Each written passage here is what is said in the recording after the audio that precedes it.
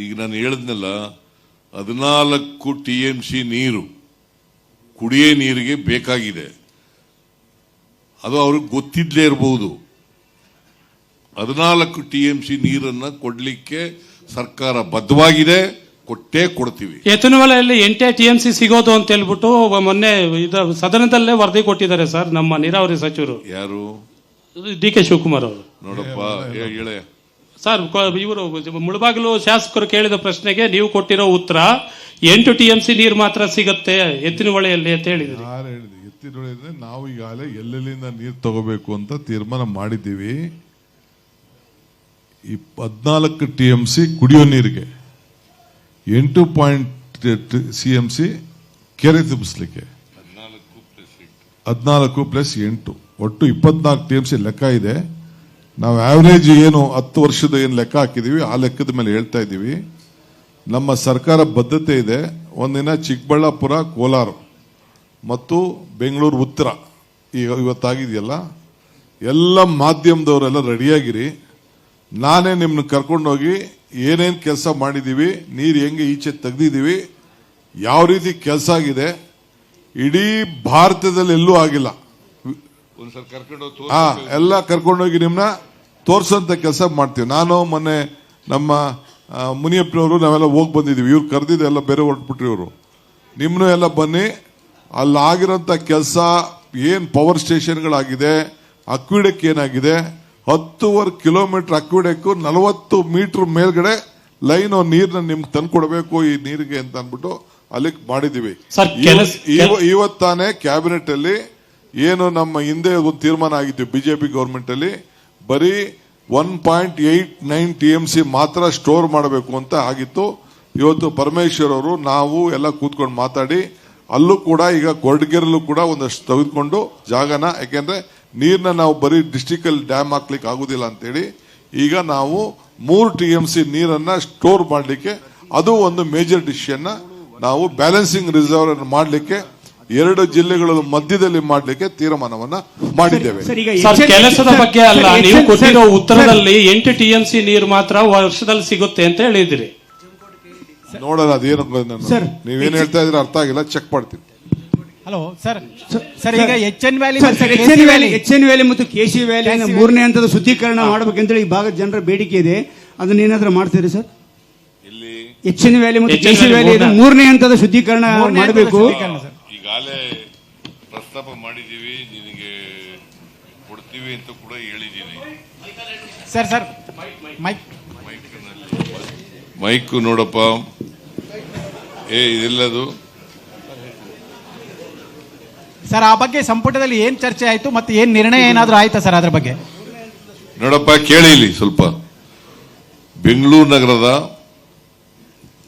ಬರ್ಕಳಿ please, ನಾವೇನ್ ತೀರ್ಮಾನ ಮಾಡಿದ್ದೀವಿ ಅಂತ ಹೇಳ್ತಾ ಇದ್ದೀನಿ.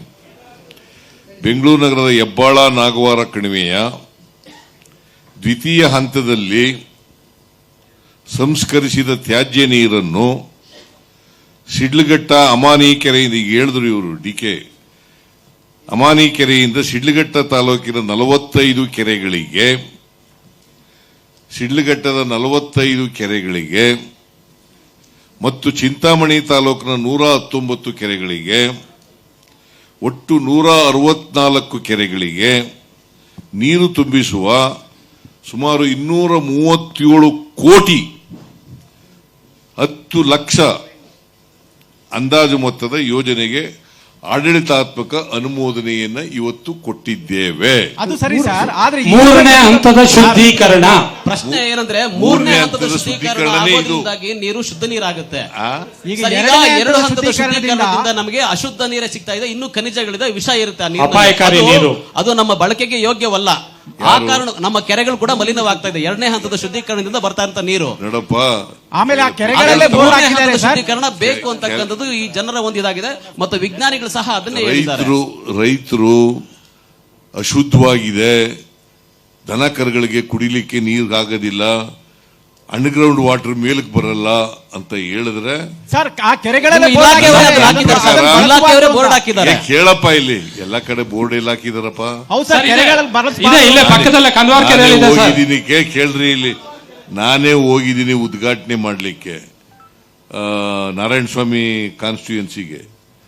ಜಾನುವಾರುಗಳು ಮತ್ತು ಜನರು ಕೇಳ್ರಿ, ನಾರಾಯಣ ಸ್ವಾಮಿ ಬೇತ್ಮಂಗಲ ನಾರಾಯಣ ಸ್ವಾಮಿ ಇದ್ದಾರಲ್ಲ, ಬಂಗಾರಪೇಟೆ, ಅದು ಯಾವ್ದದು ಎಂತದು ನಾವು ಹೋಗಿದ್ವಲ್ಲ, ಯರಗೋಡು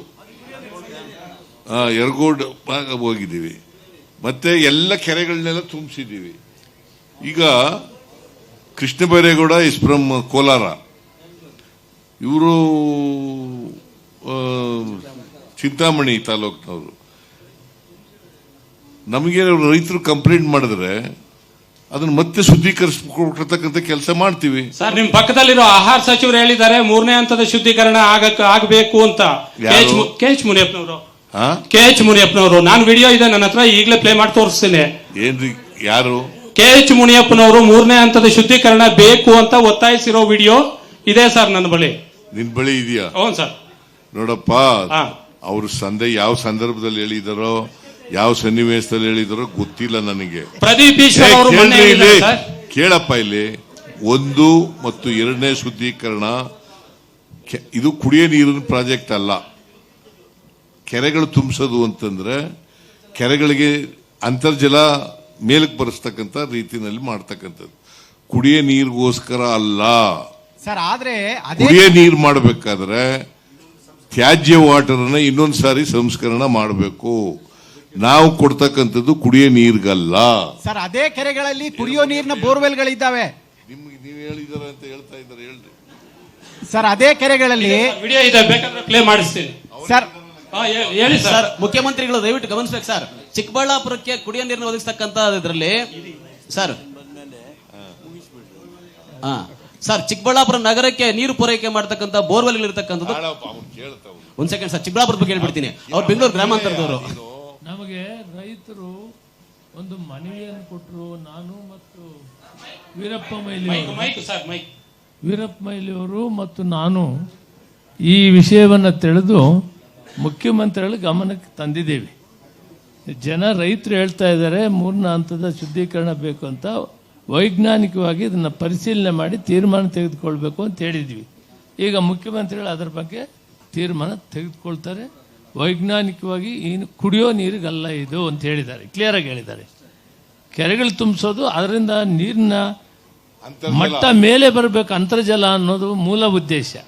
ಅದರಿಂದ ಅದನ್ನ ಮುಖ್ಯಮಂತ್ರಿಗಳು ತೀರ್ಮಾನ. ಸರ್, ಅದು ಕುಡಿಲಿಕ್ಕೆ ಇಲ್ಲ ಅಂತ ಹೇಳೋದು ಸರಿ, ಆದ್ರೆ ಅದೇ ಕೆರೆಗಳಲ್ಲಿ ಬೋರ್ವೆಲ್ಗಳಿದ್ದಾವೆ, ಅಂತರ್ಜಲಕ್ಕೆ ಸೇರ್ತಾ ಇದೆ ಆ ಬೋರ್ವೆಲ್, ಅಲ್ಲಿಂದ ಕುಡಿಯೋ ನೀರು ಹೋಗ್ತಾ ಇದೆ ಹಳ್ಳಿಗಳಿಗೆ. ಸರ್, ನಿಮಿಷ. ಈಗ ಸರ್ ನಾನು ಹೇಳ್ತೀನಿ ಸರ್, ಈಗ ನೀವು ಹಿಂದೆ ಕೆರೆಗಳಲ್ಲಿ ನೀರು ಸಿಗತ್ತೆ ಅಂತ ಕೆರೆಗಳಲ್ಲಿ ಬೋರ್ ಹಾಕಿದ್ದಾರೆ. ನಾವು ಮೊನ್ನೆ KDP ಮೀಟಿಂಗ್ ಅಲ್ಲಿ ಬಹಳ ಸ್ಪಷ್ಟವಾಗಿ ಹೇಳಿದೀವಿ, ಕೆರೆಯಲ್ಲಿ ಇರ್ತಕ್ಕಂಥ ಬೋರ್ವೆಲ್ಗಳನ್ನ ಬಳಸಬಾರ್ದು.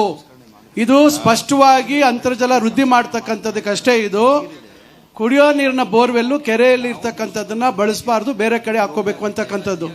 ಈಗ ಇದು ಬಹಳಷ್ಟು ಕಡೆ ಈಗ ಏನಾಗಿದೆ, ಅಂತರ್ಜಲ ಇವತ್ತು ವೃದ್ಧಿ ಆಗಿದೆ, ಬಹಳಷ್ಟು ಇವತ್ತು ಮೇಲ್ ಬಂದಿದೆ. ರೈತರು ಇವತ್ತು ಬೇಡಿಕೆ ಜಾಸ್ತಿ ಇದೆ, ನಮಗೆ ಶುದ್ಧೀಕರಣ ಮಾಡಿರ್ತಕ್ಕಂಥ ನೀರನ್ನ ಬೇಕು ಅಂತಕ್ಕಂಥದ್ದು ಕೇಳ್ತಾ ಇದ್ದಾರೆ. ಈಗ ಕೆಲವರು ಅದು ಪ್ರಾರಂಭದಿಂದ ವಿರೋಧ ಮಾಡೋರು ಮಾಡ್ತಾ ಇದ್ದಾರೆ. 3ನೇ ಹಂತದ ಶುದ್ಧೀಕರಣ ಮಾಡ್ತಕ್ಕಂಥದ್ದು ಕುಡಿಯೋದಕ್ಕೆ. ಇದು ಸ್ಪಷ್ಟವಾಗಿ ವಿಶ್ವಸಂಸ್ಥೆ ಅವರು ಬಂದು ಪ್ರಶಂಸೆಯನ್ನ ಕೊಟ್ಟಿದ್ದಾರೆ. ಇದು ಒಂದು ಅದ್ಭುತ ಅಂತಕ್ಕಂಥ ಮಾತನ್ನ ಹೇಳೋಗಿದ್ದಾರೆ. ತಮಾಷೆಗೆ ಹೇಳ್ತಾ ಇಲ್ಲ, ನಗಬೇಡಿ. ಮೊನ್ನೆ ಈಗ ಕೇಂದ್ರ ಸರ್ಕಾರ ಇದನ್ನ ಅಧ್ಯಯನ ಮಾಡ್ತಾ ಇದೆ. ಇದೇ ಮಾಡಲು ಬೇರೆ ಕಡೆ ಮಾಡಬೇಕು ಅಂತಕ್ಕಂಥದ್ದು, ಬೇರೆ ರಾಜ್ಯಗಳಲ್ಲಿ ಮಾಡಬೇಕು ಅಂತಕ್ಕಂಥ ಅಧ್ಯಯನ ಆಗ್ತಾ ಇದೆ. ಇಂಡಿಯನ್ ಇನ್ಸ್ಟಿಟ್ಯೂಟ್ ಆಫ್ ಸೈನ್ಸ್ ಅವರು ರೆಗ್ಯುಲರ್ ಮಾನಿಟರಿಂಗ್ ಮಾಡ್ತಾ ಇದ್ದಾರೆ, ರೆಗ್ಯುಲರ್ ಟೆಸ್ಟಿಂಗ್ ಮಾಡ್ತಾ ಇದ್ದಾರೆ. ಅದನ್ನೇ ಹೇಳ್ತಾ ಇದ್ದೀನಿ. NGTಗೆ ಬಹಳ ಸ್ಪಷ್ಟವಾಗಿ ವ್ಯಾಲ್ಯೂಸ್ ಏನೇನಿದೆ, ಸಾಲಿಡ್ಸ್ ಏನಿದೆ, ಮತ್ತೊಂದಿದೆ, ಇವೆಲ್ಲ ರೆಗ್ಯುಲರ್ ಆಗಿ ಕೊಡ್ತಾ ಇದ್ದಾರೆ. ಅದರಿಂದ ಇದು ಕೇವಲ ರಾಜಕೀಯವಾಗಿ ಕೆಲವರು ಇದನ್ನ ಸೃಷ್ಟಿ ಮಾಡ್ತಕ್ಕಂಥ ಕೆಲಸ ಮಾಡ್ತಾ ಇದ್ದಾರೆ. ಇದು ಪ್ರಾರಂಭದಿಂದ ಮಾನ್ಯ ಸಿದ್ದರಾಮಯ್ಯ ಸಾಹೇಬರು ಹಿಂದಿನ ಅವಧಿಯಲ್ಲಿ ಏನಿದು ಘೋಷಣೆ ಮಾಡಿದ್ರು, KC ವ್ಯಾಲಿ, HN ವ್ಯಾಲಿ, ಅವತ್ತಿಂದ ಮಾಡ್ತಾ ಇದ್ದಾರೆ. ನೀವು ಬೇಕಾದ್ರೆ ನೇರವಾಗಿ ನೀವು ಚಿಕ್ಕಬಳ್ಳಾಪುರ ಇರ್ಬೋದು, ಬೇರೆ ಕೋಲಾರ ಜಿಲ್ಲೆಯಲ್ಲಿ ಇರ್ಬೋದು, ಎಲ್ಲೆಲ್ಲಿ ಆ ಭಾಗದಲ್ಲಿ ಬನ್ನಿ ಕರ್ಕೊಂಡು ಹೋಗ್ತೀನಿ. ಈಗ ಕೆಲವು ಕಡೆ ನೀರು ಬರ್ತಾ ಇಲ್ಲ ಅಂತ ಗಲಾಟೆ ಮಾಡ್ತಾ ಇದ್ದಾರೆ, ನೀರು ಕಮ್ಮಿ ಆಗಿದೆ ಅಂತ ಹೇಳಿ. 2 ಟ್ರೀಟ್ಮೆಂಟ್ ಪ್ಲಾಂಟ್ಗಳು ರಿಪೇರಿ ಆಗ್ತಾ ಇರೋದ್ರಿಂದ ನೀರು ಕಮ್ಮಿ ಆಗಿದೆ ಅಂತ ಗಲಾಟೆ ಮಾಡ್ತಾ ಇದ್ದಾರೆ. ಇದು ಕೆಲವರು ರಾಜಕೀಯ ದುರುದ್ದೇಶದಿಂದ ಇದನ್ನು ಸೃಷ್ಟಿ ಮಾಡ್ತಾ ಇದ್ದಾರೆ. ಬಿಟ್ರೆ ಇದು ಸ್ಪಷ್ಟವಾಗಿ ಇದು ಅಂತರ್ಜಲ ವೃದ್ಧಿ ಮಾಡ್ತಕ್ಕಂಥದ್ದು, ನೇರವಾಗಿ ಕೃಷಿಗೆ ಬಳಸ್ತಕ್ಕಂಥದ್ದಲ್ಲ. ನೇರವಾಗಿ ಈ ನೀರು ಕೃಷಿಗೆ ಬಳಸೋಂಗಿಲ್ಲ. ಕೇವಲ ಗ್ರೌಂಡ್ ವಾಟರ್ ರೀಚಾರ್ಜ್ ಆಗುವಂಥದ್ದು ಅಷ್ಟೇ ಮಾತ್ರ, ಇಷ್ಟು, ಬೇರೆ ಯಾವುದು ಉದ್ದೇಶ ಇಲ್ಲ. Sir, did the cabinet discuss on fake? Sir, did the cabinet discuss on fake news bill and misinformation bill, sir? Did the cabinet had a discussion on fake news bill and misinformation bill? No, you are not discussed. Thank you. ಮಾನ್ಯ ಮುಖ್ಯಮಂತ್ರಿಗಳಿಗೆ ಪ್ರತಿಧ್ವನಿ YouTube channel subscribe ಮಾಡಿ, bell icon click ಮಾಡಿ.